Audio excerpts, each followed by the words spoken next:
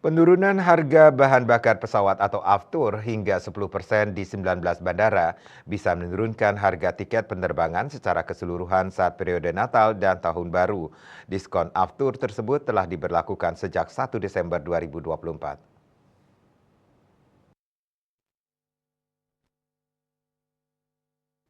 Dikutip kantor berita Antara, Direktur Utama PT Pertamina Simon Aloysius Mantiri di Jakarta Senin menyatakan pihaknya sudah memberlakukan diskon aftur tersebut sejak 1 Desember 2024 melalui salah satu unit usahanya yakni Pertamina Patraniaga.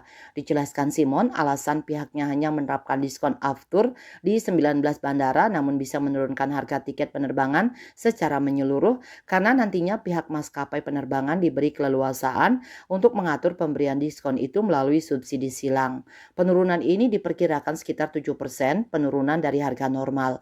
Adapun 19 bandara yang diberi diskon aftur antara lain 3 bandara besar seperti Kuala Namu, Ngurah Rai Bali, dan Juanda, serta 5 bandara destinasi prioritas yaitu Silangit, Lombok, Komodo, Samratulangi, dan Kulon Progo. Sisanya di 11 bandara prioritas Natal dan Tahun Baru yaitu Supadio, Patimura, Hasanuddin, Sepinggan, El Tari, Sorong, Moses Kilangin, Sentani, Wayoti, Paniai, dan Frans Kaiseipo. Sebelumnya, PT Angkasa Pura Indonesia Enjourney Airport selaku pengelola 37 bandara penerbangan di tanah air secara resmi menetapkan penurunan tarif jasa ke bandar udaraan sebesar 50% bagi penumpang pesawat dan maskapai selama masa angkutan Natal dan Tahun Baru. Penurunan tarif ke bandar udaraan ini dilakukan sebagai langkah besar untuk memberikan dampak langsung dalam penurunan harga tiket pesawat selama masa angkutan perayaan Natal